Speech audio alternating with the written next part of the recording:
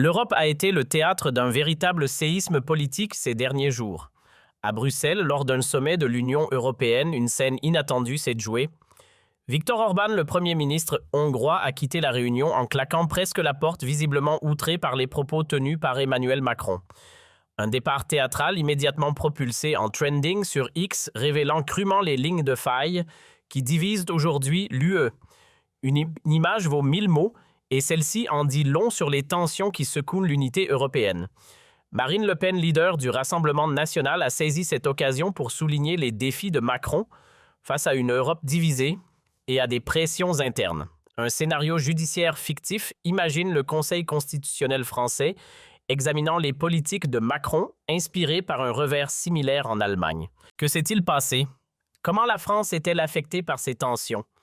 Aujourd'hui, nous explorons les faits derrière cet événement et ses implications pour l'avenir. Restez avec nous pour une analyse claire sans parti pris. C'était le 26 juin 2025 lors d'un Conseil européen à Bruxelles.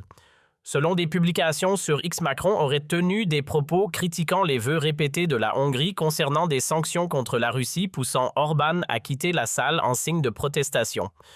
Ces déclarations perçues comme une remise en cause de la souveraineté hongroise ont amplifié les tensions au sein de l'Union européenne, déjà fragilisée par des divergences sur l'Ukraine et l'économie. Selon The European Conservative, Orban a dénoncé l'Union européenne pour avoir imposé des politiques qui nuisent aux intérêts nationaux, notamment l'adhésion potentielle de l'Ukraine, qu'il juge désastreuse pour l'économie européenne. En France, Le Pen a commenté sur X « L'Union européenne ignore les nations et Macron est en première ligne.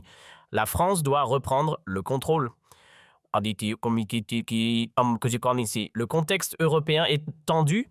Macron, lors d'une rencontre avec le Premier ministre polonais Donald Tusk, a poussé pour des réformes de l'Union européenne, notamment la fin de l'unanimité, une proposition critiquée par Orban et d'autres leaders souverainistes. Ces réformes visent à renforcer l'intégration européenne, mais elles divisent les États membres. En France, les politiques de Macron font face à des critiques internes.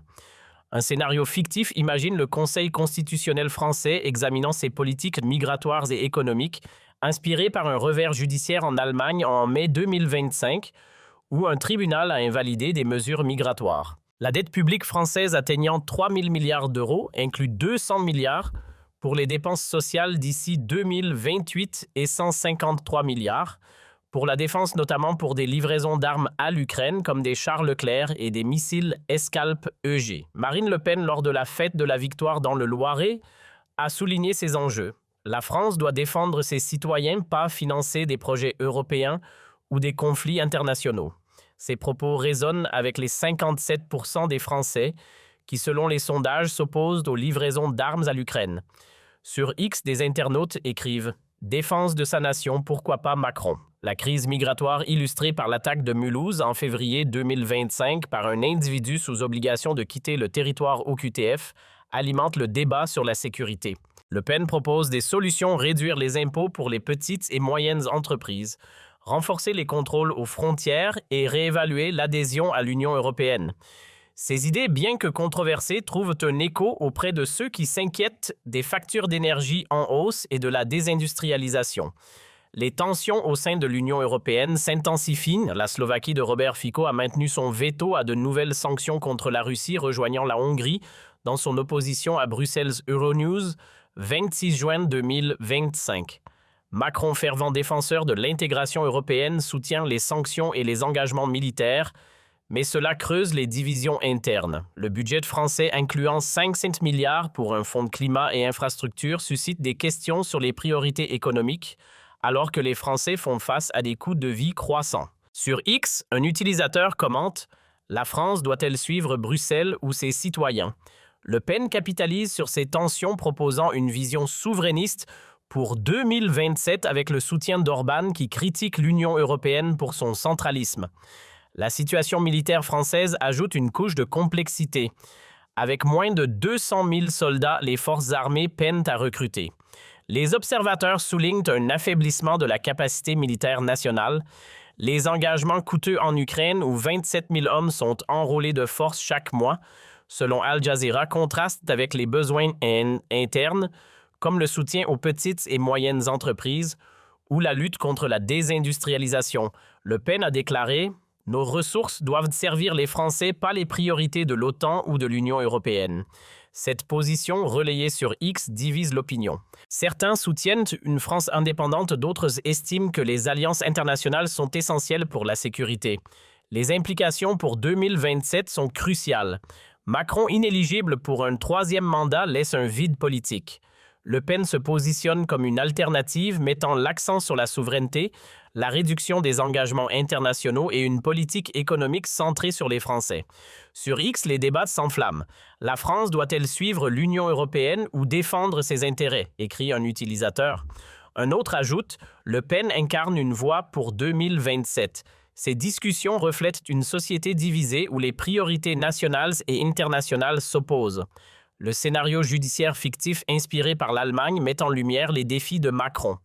Les dépenses massives comme les 500 milliards pour le climat suscitent des questions sur les priorités. Le contexte international complique encore la situation. La menace d'Orbán de quitter l'organisation du traité de l'Atlantique Nord, rapportée par The European Conservative, souligne les fractures au sein des alliances européennes. Le secrétaire général de l'Organisation du traité de l'Atlantique Nord, Mark Rutte, doit jongler avec les exigences de Washington et les réticences de certains membres. Poutine exploite ces divisions, rejetant un cessez-le-feu en Ukraine et favorisant des leaders souverainistes, selon Al Jazeera. En France, les industriels de l'armement comme Thales bénéficient des contrats militaires, tandis que Bruxelles influence les politiques économiques et migratoires. Le Pen appelle à un retour à la souveraineté nationale. Mais ses détracteurs mettent en garde contre les conséquences d'une sortie de l'Union européenne ou de l'Organisation du traité de l'Atlantique Nord. Ce contexte soulève des questions fondamentales qui décident de l'avenir de la France. Les Français confrontés à des factures élevées ou les institutions internationales, à l'approche de 2027, les Français devront trancher une nation alignée sur des engagements mondiaux ou une France qui priorise ses citoyens.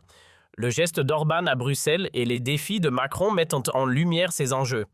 Le Pen propose une vision souverainiste, mais les défis sont complexes. C'est à vous de réfléchir. Quelle France voulez-vous pour 2027?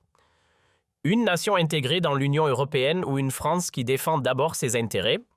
Écrivez dans les commentaires ce que vous pensez de cet événement et des propositions de Le Pen. Partagez cette vidéo, abonnez-vous à la chaîne et restez avec nous. Chaque jour, nous explorons les faits pour une France informée, pour une France